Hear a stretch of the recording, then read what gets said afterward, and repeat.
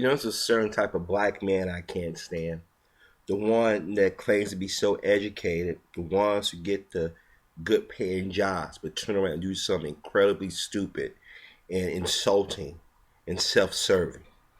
I just came across this article about a superintendent, um, board member, okay, that made an insult about Trayvon Martin and some other people. And I'm gonna tell you something. These type of brothers are out here on YouTube as well. They say some of the most incredibly stupid shit, but yet they're always talking about for unity. But they also are just looking out for themselves. Let me read this stuff to you guys, okay? Update: school board member will not be fired for calling Trayvon a faggot. In a recorded call that was nothing short of a career of suicide, Sky Fisher, a Compton Unified School Board member, called 17-year-old Trayvon Martin, the Florida teen killed by George Zimmerman on February 26th in Sanford, Florida, a faggot black dude, and the school superintendent, Karen Frizzon, a bitch, reports to Huffington Post. Fisher comments will start at minute 7:22 include, that white dude that killed the faggot black dude in Florida, I'm going to try to go out and search for his, I don't know what it said, but it's in an audible on this thing. If you see that George Zimmerman bitch, tell him I'm looking for him. That bitch superintendent wouldn't give me a fucking district card, and I told that bitch I was going to get her. The daughter's like doing bad in class, and she's trying to get back at the teacher. The father comes to the board meeting crying and shit to the board talking about his daughter's been raped and all kinds of bullshit. All of a sudden, this motherfucker has 6 attorneys. Wow, so instead of you guys stealing money, someone else is stealing money from the district, says one host. Fisher's response, yeah. We're meeting this Tuesday at 7 o'clock, or you gotta definitely come. They're solidarity with this Trayvon Martin bitch, and I'm trying to get on news, so I'm wearing the hoodies at the whole board meeting. It's the perfect publicity stunt. I'm going to wear a hoodie, the news is going to come out, and I'm going to announce my candidacy for city council, god damn it. If I saw myself walking down the street with a hoodie on, I'd shoot myself too. Now, this clip is 14:42. I'm not going to play it, but I'll just read the update to you real quick. In an update to the story, the weekly reports, because the school board is technically the superintendent's boss, Fisher cannot be fired. Enough signatures had to be collected by the public for a recall election.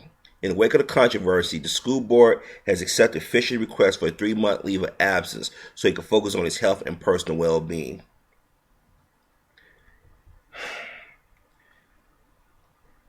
I don't understand how some of our people can get jobs, get positions that have a direct effect on our community, then turn around and say some of these things, knowing that they're going to be monitored, knowing that if you're a black man in these positions, you definitely going to be monitored more so than anybody else. But the fact remains, this man is supposed to be an educator or part of a system that's supposed to make sure our children being educated is using language like that, saying things like that. Now, I'm going to tell you something. If you want to speak freely, do it on somebody else's dime. This is why nobody take us serious as men. This is why so many brothers are catching hell, because these other so-called black men are out here effing around. Why don't you say some of this shit on a fucking radio show and then expect nobody not going to be listening to that show and dime you out?